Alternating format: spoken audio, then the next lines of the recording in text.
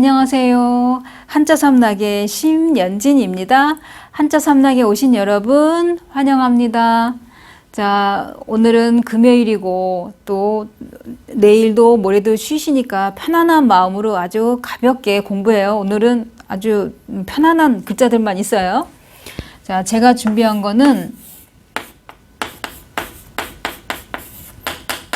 이거는 새봉. 새예요. 봉황할 때.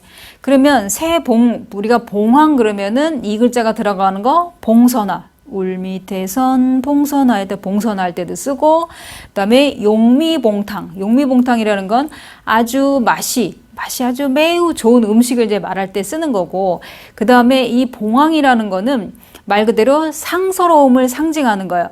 조짐이 좋은. 이게 우리가 봉황 그러면 이게 상상의 새지 우리가 현실에 있는 새가 아니잖아요. 그죠? 그러면은 이 봉황할 때 봉은 암컷을 말하는 거고 황은 수컷을 말하는 거예요. 그러면은 여기에서 또 하나 이제 상식적으로 아실 거는 뭐냐면 그러니까 사령이라 그래 갖고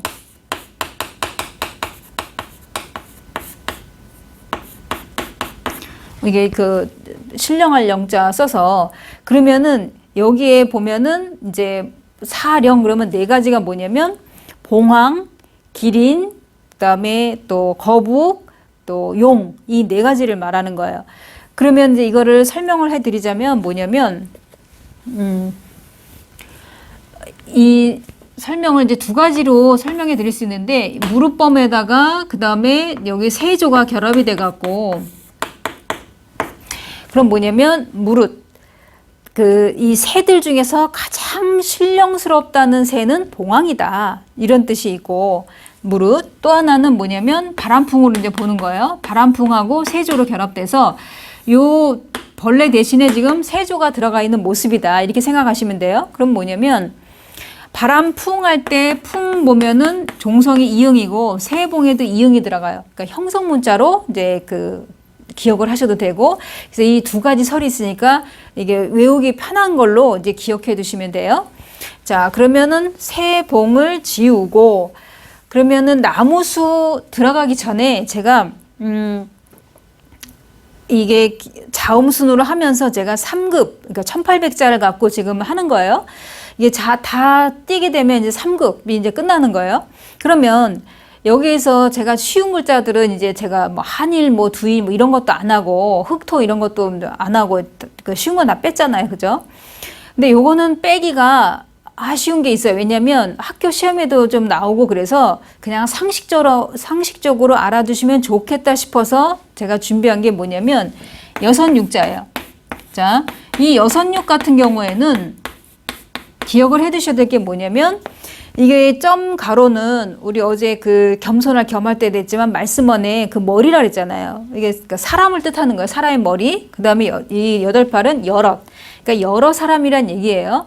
그래서 우리가 보통 보면은 만약에 아이가 뭐 생일 파티에 집으로 이제 친구를 초대하려고 그래요. 그럼 엄마가 몇 명이 오니? 그러면 딱 집어서 5명, 6명 이렇게 얘기 안 하고 한 대여섯? 얘일곱? 이런 식으로 이제 얘기할 수 있잖아요. 애매모호하게 할 때. 그래, 여기서도 마찬가지로 이거는 8팔인데도 그냥 6. 그러니까 8팔이 다른 거랑 결합이 되면 여럿이란 뜻이잖아요. 여럿. 거기에 이제 6이 나온 건데 여기서 이제 중요한 게 왜 그러냐면 여선육 할 때 륙이 나왔어요. 그러면 예를 들어 6학년이다. 6학년 할 때 여선육 쓰잖아요. 그죠? 6학년 할 때는 또 여기에 두음박치 때문에 6으로 나와요. 이건 쉬워요. 그러면 또 뭐가 있냐면 야, 온유월에는 개도 감기 안 걸려. 그러면 온유월이라면은 5월, 6월을 말하는 거예요. 그죠? 그럴 때 온유월 그러면은 온유월 할 때 이 여선육이 뉴로도 읽어진다 이런 얘기예요. 이거는 그 다음에 또 뭐가 있냐면은 우리가 1월, 2월, 3월, 4월 할 때 딱 받침까지 다 얘기하는데 우린 6월 그러지 않아요. 또 10월 그러지 않고 10월 그래요. 자음 탈락이 있잖아요. 그러니까 6월 그러지 6월 안 그래요. 그럴 때는 또 6월. 6월 할 때는 여선육이 유로 읽혀져요. 그죠? 그 다음에 이 글자 같은 경우에 또 뭐냐면은 여섯 일곱 명 할 때 옌 일곱, 옌 일곱 이렇게 얘기할 때 여섯이나 일곱 이런 얘기잖아요. 그죠? 그러면 또 여기서는 옌 일곱 할 때 여기서는 또 예로 이렇게 읽혀지고 이렇게 다양하게 읽혀져요. 이것이. 그러니까 이거를 기억을 해 두시라 이런 얘기고 여섯 육은. 그 다음에 또 뭐가 있냐면 이 리을 부분에서 쉬우면서도 잘 틀릴 수 있는 게 뭐냐면 이 이제 설립자예요. 설립 같은 경우에는 자, 설립 그러면 이거는 뭐냐면 우리가 절기에서 입춘, 입하, 입추, 입동할 때 다 설립 써요. 전에 어느 TV에서 보니까 자막에 입춘이라고 했는데 들립을 썼는데 들립 쓰면 틀려요. 이거는 설립을 써야 돼요. 그리고 입장, 그러니까 우리가 여기다 마당장자 썼을 때 이 입장하고 또 들립의 입장하고 차이가 있죠. 뭐냐면 이 밑에 있는 입장은 뭐 선수 입장, 신부 입장 뭐 이럴 때는 이거 쓰는 거고 이 입장은 너가 그렇게 얘기하면 내 입장이 곤란하잖아. 그럴 때는 위에 있는 걸로 쓰는 거고 소리가 같다 하더라도 이게 설립이 들어가느냐 들립이 들어가느냐에 따라서 전혀 뜻이 다르다는 거. 이거를 기억해 두십사 해서 이거 좀 제가 설명을 간단하게 했습니다. 자, 그러면 또 다른 글자 자원 설명을 또 해드릴게요. 이거는 나무수. 예를 들어서 과수원 할 때도 수 이거를 쓰는 거고 또 아니면은 뭐 그 수액 나무에서 나오는 액체를 수액 그러잖아요. 또 상록수 사계절 내내 푸른 걸 상록수 그러잖아요. 그런데 무엇을 수립하다 뭐 임시정부 수립 뭐 이런 얘기할 때 아니면 수훈을 세우다 할 때도 이걸 쓰는 거예요. 왜냐하면 이건 나무수가 대표 훈음이지만 세울수 세울수라는 뜻도 있고 아니면 심다 심을 수 라는 뜻도 있어요. 그러면은 이거를 설명해 드리면 뭐냐면 여기 동그라미 친 부분이 세울 주자예요. 이거는 요 가운데 있는 거는 지난번에 부수편에서 악기를 세운다 해서 악기 세울 주 했잖아요. 그럼 마디총까지 해서 세울 주예요.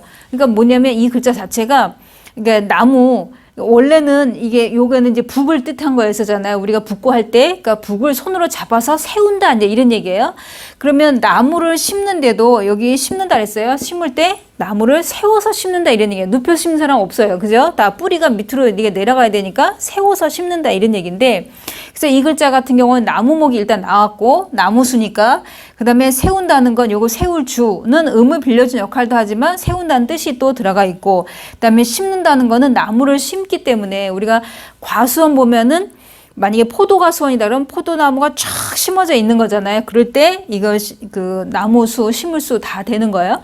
그래서 우리가 보면은 요 글자 같은 경우에는 음을 빌려준 역할도 하지만 뜻을 나타내기도 한다라는 거를 기억을 해 두시고요.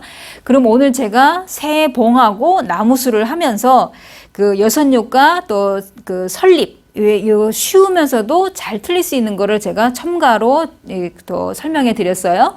자, 그러면 토요일 날은 제가 고사성어를 이제 준비했으니까 잘 들어주시고 오늘 내일 모레 편안히 쉬시길 바랍니다. 지금까지 한자 삼락의 심연진이었습니다. 안녕히 계세요.